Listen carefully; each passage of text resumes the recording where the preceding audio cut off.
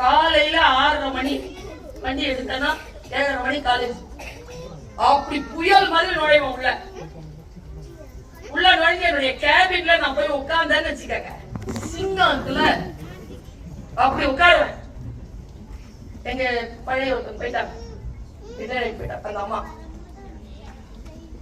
என்ன பண்ணுவீங்க, நல்லா இருக்கிற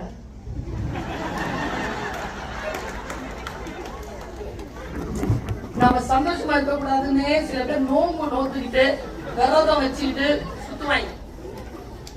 எப்படி நான் இவர்களை வெல்வது, எப்படி வெல்வது? கிளாரா கிட்ட கேட்டாங்க, நீங்கள் துயரங்களையும் துக்கங்களையும் நினைவில் வைத்துக் கொள்வதில்லை என்கிறீர்கள், உங்களுக்கு இடம் வந்து அதை நினைவுபடுத்தினால் நீங்கள் என்ன செய்வீர்கள் என்ற பொழுது கிளாரா சொன்னால், நான் என் துயரங்களையும் துக்கங்களையும் மறந்து விட்டதை நினைத்துக் கொள்கிறேன்.